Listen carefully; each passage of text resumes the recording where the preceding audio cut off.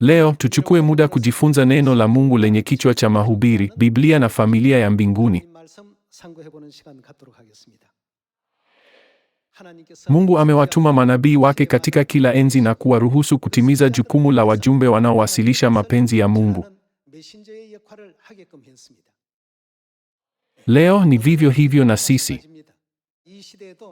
Wale wote wanaohubiri na kutekeleza mapenzi ya Mungu katika enzi hii ni manabii waliotumwa na Mungu, sivyo?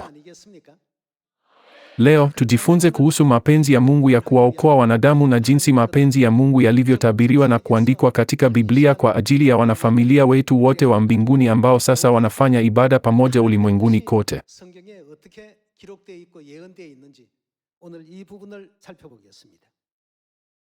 Tuangalie kitabu cha Timotheo wa pili sura ya 3 mstari wa 12.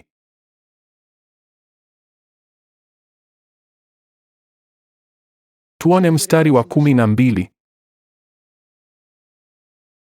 Naam, yeyote anayetaka kuishi maisha ya utauwa ndani ya Kristo Yesu atateswa.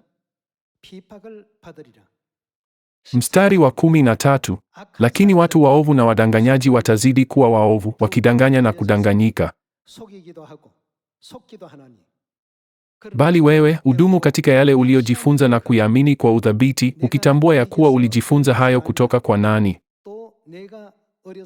na jinsi tangu utoto umeyajua maandiko matakatifu ambayo yanaweza kukuhekimisha upate wokovu kupitia kwa imani katika Kristo Yesu.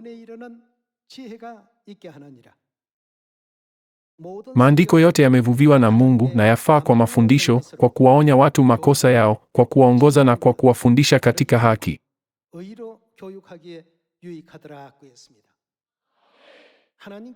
Biblia ni zawadi yenye thamani ambayo Mungu ametuma kwa wanadamu. Ujumbe ambao Mungu ametuma katika vitabu vyote 66 vya Biblia kuanzia Mwanzo hadi Ufunuo umejaa upendo.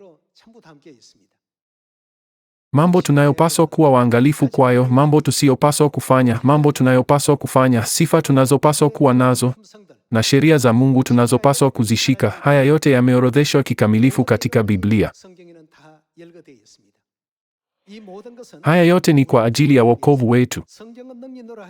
Kwa hiyo Biblia inasema nini? Inasema kwamba Biblia inaweza kutuhekimisha hata tupate wokovu. Tuangalie Petro wa pili sura ya 1 mstari wa 20.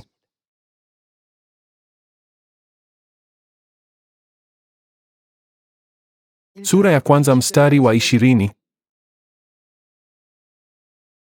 Zaidi ya yote yawapasa mjue kwamba hakuna unabii katika maandiko, inamaanisha Biblia uliofasiriwa kama alivyopenda nabii mwenyewe.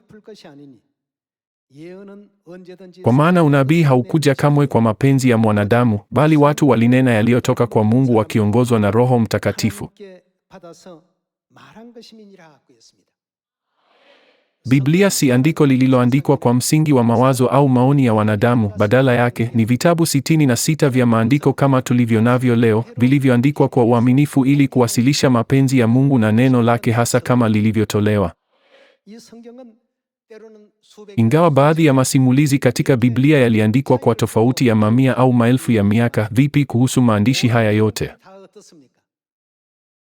Mungu aliandika Biblia kwa namna ambayo maudhui yaliyotangulia na yale yafuatayo yanawiana kwa usahihi kamili. Kwa kuwa maneno haya yameandikwa kabisa kwa ajili ya wokovu wetu, je, haisemi kwamba haipaswi kuongezwa chochote wala kuondoa kwa kuweka maoni ya wanadamu?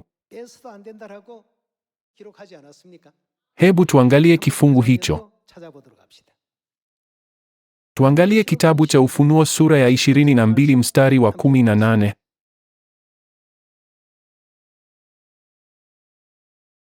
Tuangalie sura ya 22 mstari wa 18.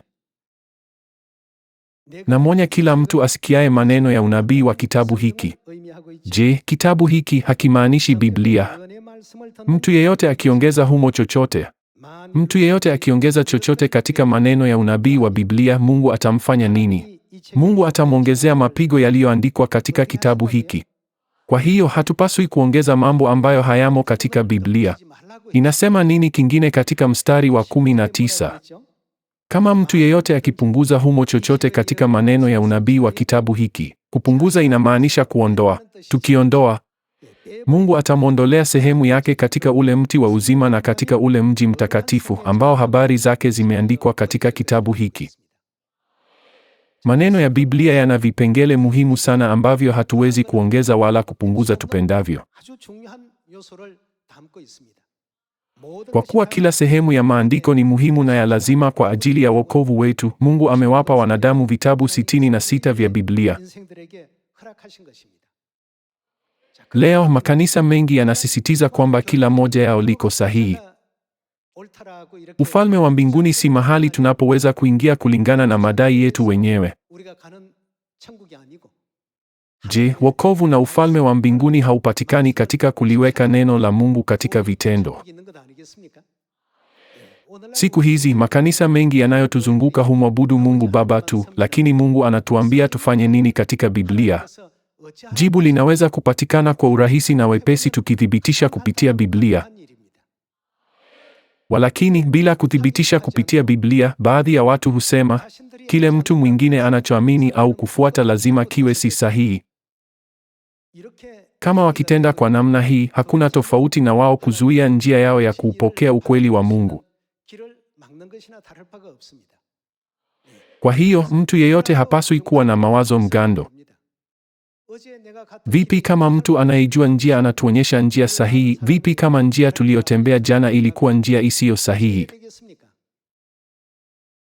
Ni mapenzi ya Mungu kwamba tunapaswa kuiacha njia hiyo na kutubu, sivyo?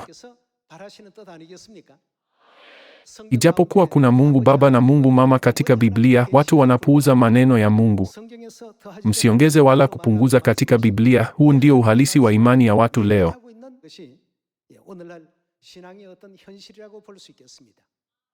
Basi tujifunze Biblia kuhusu Mungu Baba na Mungu Mama. Tuangalie kitabu cha Ufunuo sura ya 4.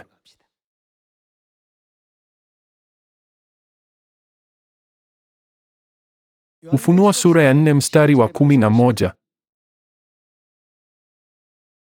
Bwana wetu na Mungu wetu, wewe unastahili kupokea utukufu na heshima na uweza, kwa maana ndiwe uliyeviumba vitu vyote na kwa mapenzi yako viliumbwa. Ni Mungu aliyeumba mbingu na dunia na vitu vyote vilivyomo. Viliumbwa kwa mapenzi ya nani? Mapenzi ya Mungu. Biblia inatufundisha kwamba umbali kati ya jua na dunia, nafasi zao, na kila kitu kinachovihusu vyote viliamuliwa na Mungu ili uhai wa binadamu uweze kuwepo katika sayari hii, viumbe hai waweze kuishi na maji na hewa viweze kuwepo.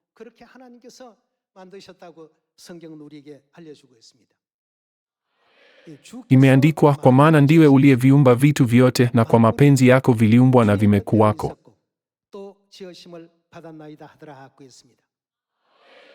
Mungu alipoumba mbingu na dunia na kila kitu kilichomo, alisema kwamba hakuna chochote katika ulimwengu huu kilichofanyika bila mapenzi yake. Fikirini kuhusu uwepo wa viumbe vyote hai katika dunia hii. Je, kiumbe hai chochote kipo bila baba au mama? Iwe ni ulimwengu wa wanyama au ulimwengu wa mimea, popote palipo na uhai lazima awepo mama. Mahali ambapo hakuna mama, hakuna uhai. Kwa hiyo, ulimwengu bila mama ni ulimwengu wa mauti. Mapenzi haya ni ya nani? Ni mapenzi ya Mungu. Basi ikiwa Mungu Mama hayupo, je, kunaweza kuwa na uzima katika ufalme wa milele wa mbinguni? Ufalme wa Mungu ni ufalme wa uzima. Tuhakikishe kwamba si tu Mungu Baba bali pia Mungu Mama yupo katika ulimwengu wa kiroho. Watu wanapoenda kanisani wanamwelezea Mungu kama Mungu Baba. Haijalishi wanaenda kanisa gani, wanasema vivyo hivyo. Je, neno Baba linatumika katika kampuni? Au ni istilahi inayotumiwa na shirika la kitaifa? Inatumika wapi? Baba hupatikana kama cheo katika kila familia. Tunaitana kaka na dada. Majina kaka na dada hutumiwa pia katika familia. Baba, kaka na dada wapo. Basi nani mwingine lazima awepo?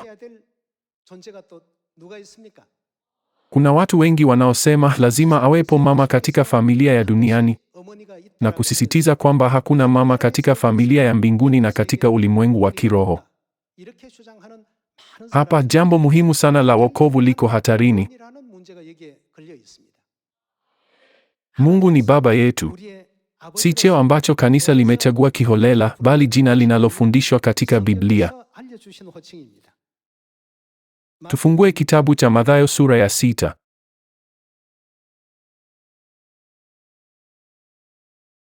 Mathayo sura ya 6 mstari wa 9. Hivi ndivyo mnavyopaswa kuomba: Baba yetu uliye mbinguni, jina lako litukuzwe. Katika Mathayo sura ya 6 mstari wa 9, Yesu alikuja duniani na kuwafundisha watu walioishi bila kujua maongozi ya ufalme wa mbinguni kwamba Mungu ni Baba yetu. Mstari wa 8.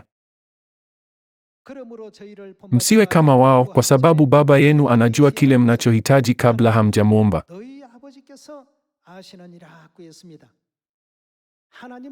Mungu ni nani? Biblia inatuambia kwamba yeye ni Baba yetu. Je, Mungu si Baba yetu wa kiroho, si Baba yetu wa kimwili? Tuangalie kitabu cha Waibrania sura ya 12. Waibrania sura ya 12 mstari wa 9. Tena sisi sote tunao baba wa kimwili waliotuadibisha, nasi tukawaheshimu kwa ajili ya hilo. Je, si inatupasa kujinyenyekeza zaidi kwa Baba wa roho zetu ili tuishi? Biblia inatufundisha wazi, tuna baba wa kimwili aliyezaa miili yetu na tunaye baba wa kiroho aliyezaa roho zetu, yaani Mungu.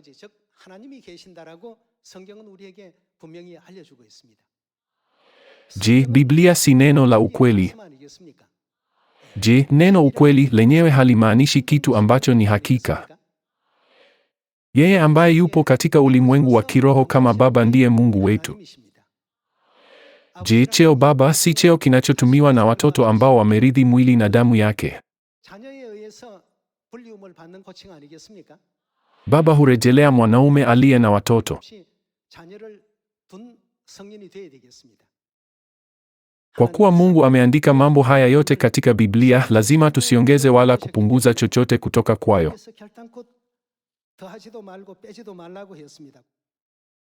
Tufungue Wakorintho wa pili sura ya 6.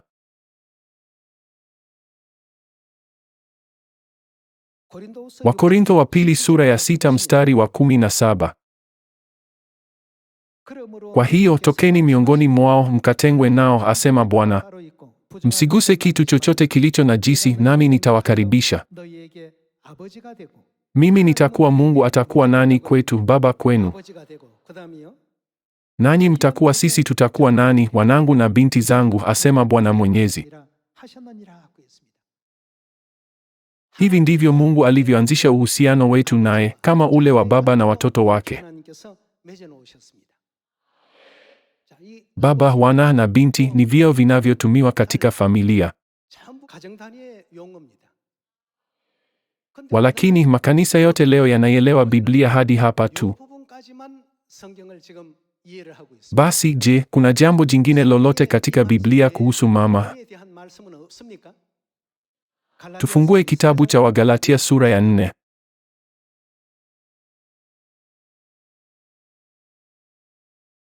Wagalatia sura ya 4 mstari wa 26. Lakini Yerusalemu wa juu ni huru, yeye ni nani? Nayo ndiye mama yetu. Nani anatajwa waziwazi katika Biblia? Basi juu linarejelea nini? Linarejelea ufalme wa mbinguni. Hivyo Yerusalemu aliye mbinguni na aliye huru ni nani? Yeye ndiye mama yetu. Tuendelee na mstari wa 28. Basi sisi ndugu zangu ni kama Isaki tu, watoto wa ahadi. Lakini kama vile ilivyokuwa siku zile yule aliyezaliwa kwa mwili alivyomchokoza yule aliyezaliwa kwa roho, ndivyo ilivyo hata sasa. Lakini maandiko yasemaje? Mwondoe mwanamke mtumwa pamoja na mwanawe, kwa sababu mwana wa mwanamke mtumwa kamwe hatarithi pamoja na mwana wa aliye huru. Kwa hiyo ndugu zangu, sisi si watoto wa mwanamke mtumwa, bali wa yule aliye huru. Mwanamke huru ameandikwa katika mstari wa 26 kama Yerusalemu wa juu. Yeye ni huru, na yeye ni nani? Basi ni lazima nani awepo kwa ajili ya roho zetu? Imetajwa wazi katika Ufunuo 22, msiongeze wala kupunguza kutoka kwenye Biblia. Basi kulingana na maneno katika Biblia, je, tunapaswa kukiri au kukana uwepo wa Mungu Mama? Ijapokuwa imeandikwa katika Biblia, makanisa mengi leo hayatambui hili, kwa hiyo yanasema kuna Mungu mmoja tu, Mungu Baba.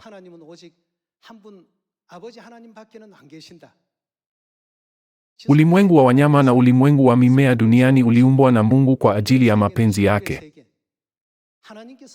Ni vitabu vya asili ambavyo Mungu ametufungulia. Kila kitu kina mapenzi ya Mungu. Tunahitaji kufikiria kwa nini viumbe hai wengi wana baba na mama. Bila baba na mama, je, tunaweza kuvipa uhai wa vizazi vijavyo? Hapana kabisa. Haya ni mapenzi ya Mungu. Kama vile kuna Mungu Baba mbinguni, kuna Baba duniani. Kama vile kuna kaka na dada duniani, kuna kaka na dada wa kiroho mbinguni. Kama vile kuna mama katika familia ya kidunia, Biblia inatufundisha kwamba kuna Mungu Mama katika familia ya mbinguni. Hili limefunuliwa wazi kwetu sasa. Leo kuna makanisa mengi yanayodai kumwamini Mungu, lakini hayajumuishi mambo haya yote. Huu ni uthibitisho hai kwamba hawalitambui neno la Mungu.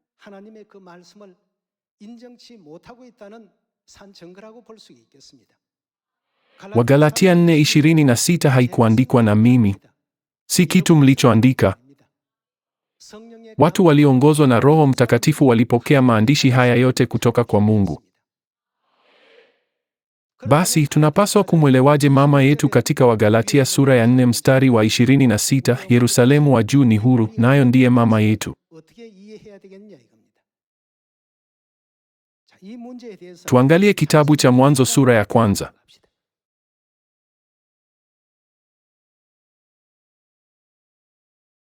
Mwanzo sura ya 1 mstari wa 26. Ndipo Mungu akasema, tufanye mtu kwa mfano wetu, kwa sura yetu, wakatawale samaki wa baharini na ndege wa angani na mifugo na wanyama pori wote na dunia yote na viumbe vyote vinavyotambaa ardhini. Kwa hiyo Mungu akamuumba mtu kwa mfano wake mwenyewe, kwa mfano wa Mungu alimuumba, mwanaume na mwanamke aliwaumba. Katika mstari wa 26 Mungu akasema, tufanye mtu. Mungu anamuumba mwanadamu, sivyo? Kanisa la Mungu linasema kwamba kuna Mungu wawili waliowaumba wanadamu. Kuanzia wakati huu na kuendelea, kuna utengano kamili kati ya mafundisho ya kanisa la Mungu na yale ya makanisa mengine yote ulimwenguni. Wanasema hakika kuna Mungu mmoja tu. Nani anazungumza hapa? Imeandikwa, kisha Mungu akasema.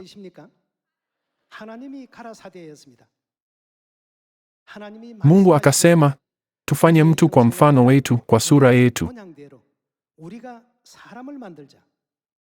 Tunaweza kuthibitisha kwamba wanadamu waliumbwa na Mungu alijirejelea mwenyewe kama tu. Enyi nyote, neno tu ni wingi, sio umoja. Kama kungekuwa na Mungu mmoja tu, angesema, nitamfanya mtu kwa mfano wangu. Hata hivyo, Mungu hakujieleza kwa njia hiyo.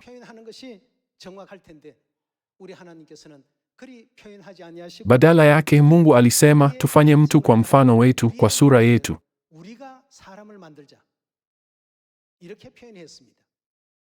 Tuone mstari wa 27. Kwa hiyo Mungu akamuumba mtu kwa mfano wake mwenyewe, kwa mfano wa Mungu alimuumba, mwanamume na mwanamke aliwaumba.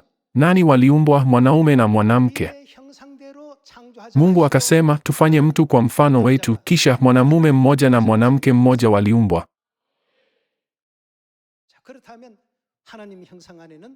Je, hili halionyeshi dhahiri kwamba ndani ya mfano wa Mungu kuna mfano wa mwanaume na mfano wa mwanamke? Hii ndiyo sababu Mungu alitumia usemi tufanye mtu. Watu wamemrejelea Mungu mwenye mfano wa mwanaume kama Mungu Baba hadi leo. Basi kwa asili tunapaswa kumwitaje Mungu ambaye ana mfano wa mwanamke? Ni asili tu. Je, Mwanzo si kitabu cha kwanza kati ya vitabu 66 vya Biblia? Katika sura ya kwanza kabisa, Mungu alitujulisha kwamba Mungu Baba na Mungu Mama wapo.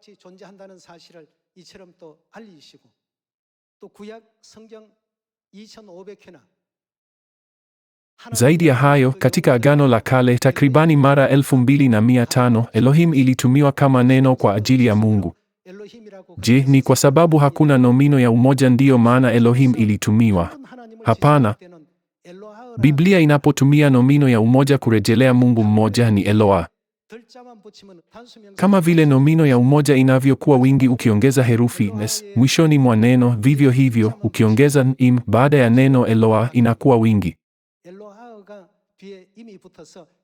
Inakuwa Elohim. Ingawa kuna hali ya umoja, Mungu aliandikaje katika Biblia ya awali? Elohim. Ijapokuwa Mungu alijaza Biblia kwa fundisho hili, watu wanasisitiza kuna Mungu Baba tu na hakuna Mungu Mama. Hili ni fundisho lisilo sahihi kabisa.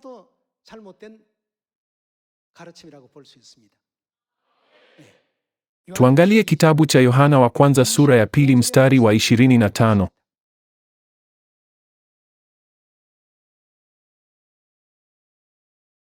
Sura ya 2 mstari wa 25.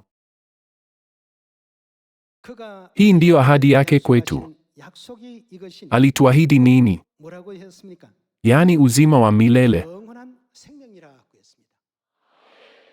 Mungu aliahidi kuwapa wanadamu wote uzima wa milele.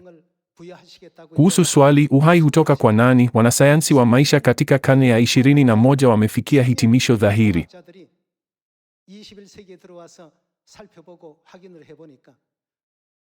Waligundua ukweli kwamba bila mama, uhai hauwezi kamwe kupitishwa kwa kizazi kijacho.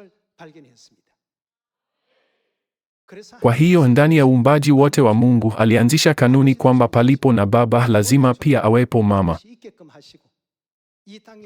Je, Waebrania sura ya 8 mstari wa 5 haielezi kwamba kilicho duniani ni mfano na kivuli cha mambo ya mbinguni? Basi ikiwa mama yupo katika ulimwengu wa dunia, ulimwengu wa mfano na kivuli, ni lazima mama awepo kwa hakika katika ulimwengu wa uhalisi. Hiyo ndiyo sababu katika Wagalatia sura ya 4 mstari wa 26 Mungu anafunua, lakini Yerusalemu wa juu ni huru, nayo ndiye mama yetu. Katika Mwanzo sura ya kwanza mstari wa 26 hadi wa 27, Mungu Baba na Mungu Mama walisema nini wao kwa wao? Tufanye mtu kwa mfano wetu, kwa sura yetu. Je, haijaandikwa katika Mwanzo sura ya kwanza mstari wa 27 kwamba mwanamume aliumbwa kwa mfano wa mwanaume wa Mungu na mwanamke aliumbwa kwa mfano wa mwanamke wa Mungu?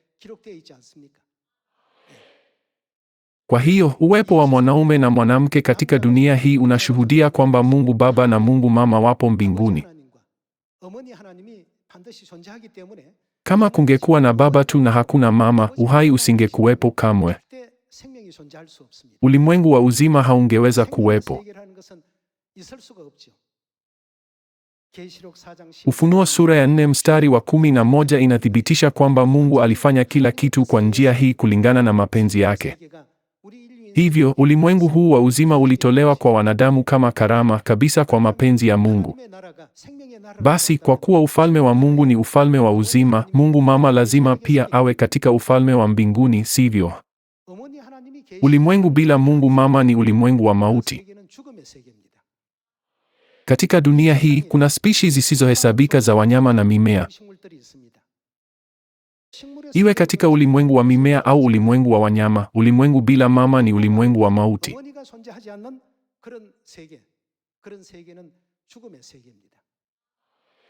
Katika ulimwengu wa uzima, kama vile ufalme wa mbinguni, mama lazima awepo.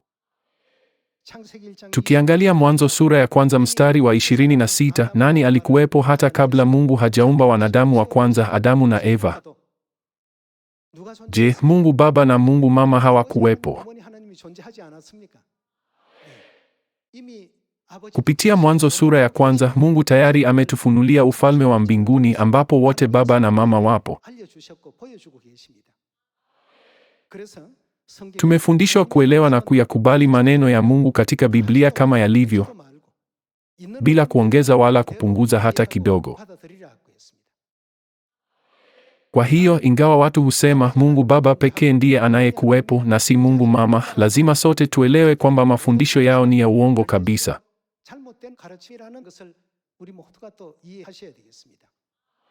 Mtoto anaweza kuwepo tu kupitia mama.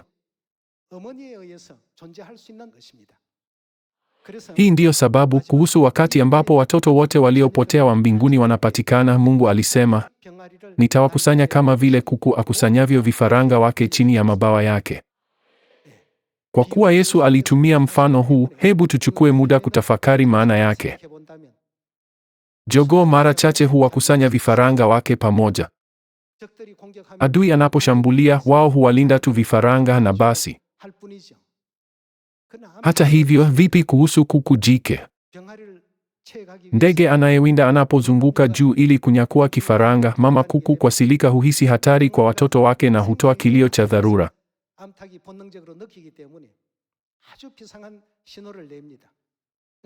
Kwa kawaida yeye hukoroma kwa upole, lakini katika wakati huo hutoa mlio mkali.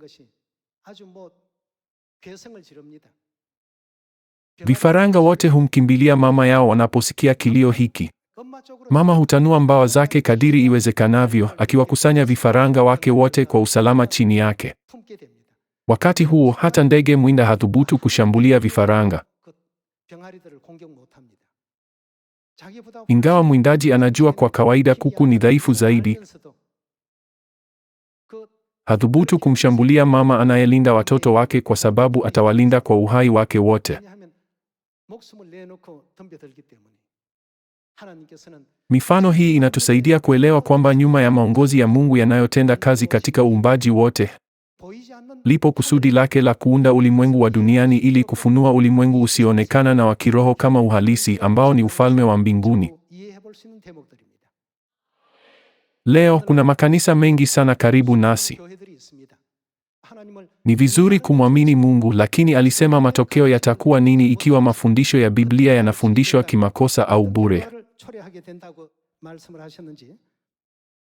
Tuangalie kwa pamoja maneno katika Mathayo sura ya 7 mstari wa 21. Mathayo sura ya 7 mstari wa 21. Si kila mtu aniambiaye Bwana, Bwana. Je, watu wanaosema wanamwamini Mungu hawamwiti Bwana, Bwana? Si kila mtu anayedai kumwamini Mungu atakayeingia katika ufalme wa mbinguni, bali ni yeye afanyaye mapenzi ya Baba yangu aliye mbinguni. Mstari wa 22. Wengi wataniambia siku ile, Bwana, Bwana, hatukutoa unabii kwa jina lako, na kwa jina lako kutoa pepo wachafu na kufanya miujiza mingi?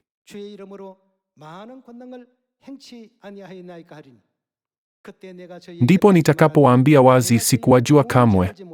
Ondokeni kwangu, ninyi watenda maovu. Enyi nyote, mapenzi ya Baba ni nini? Je, ni mapenzi ya Mungu kuwa na imani kamili katika Mungu Baba na Mungu Mama? Au ni mapenzi ya Mungu kufundisha na kusisitiza kwamba Mungu Baba pekee ndiye yupo? Ni lazima tuelewe kila fundisho katika Biblia kwa uwazi. Kwa hiyo jamii inaweza kumwamini Mungu kwa usahihi iwapo tu inakubali kwamba kufundisha neno la Mungu kulingana na Biblia ndiyo njia sahihi zaidi. Hata hivyo, si hivyo ndivyo mambo yalivyo. Mara nyingi yaliyoandikwa katika Biblia huondolewa na yale yasiyoandikwa katika Biblia huongezwa. Mungu alipokuja katika dunia hii alitoa amri iliyo wazi na tukufu: fanyeni mapenzi ya Baba. Mungu alitufundisha nini kupitia Mwanzo sura ya 1 na Wagalatia sura ya 4? Je, Mungu alitufunulia kwamba Mungu Mama yupo au alisema kwamba hayupo? Kwa nini Mungu aliumba viumbe vyote vizaliwe kupitia mama pekee? Kwa kuwa hatuwezi kuona mambo ya mbinguni kwa macho yetu ya kimwili, Mungu ameanzisha mfumo katika dunia hii kama kielelezo ili kutuwezesha kujifunza na kuelewa ufalme wa mbinguni. Kwa namna ya pekee Mungu alianzisha familia, akiwaunganisha washiriki wake kupitia mahusiano ya damu. Huu ndio kawaida tunauita uhusiano wa damu. Vivyo hivyo, ni ukweli gani ambao Mungu ametupa ili kutufunga katika uhusiano wa damu wa kiroho? Kupitia Pasaka ya Agano Jipya, si alitangaza, hii ndiyo damu yangu ya agano, imwagikayo kwa ajili ya wengi kwa ondoleo la dhambi, na pia kutuamuru waziwazi tukumbuke na kuishika Pasaka.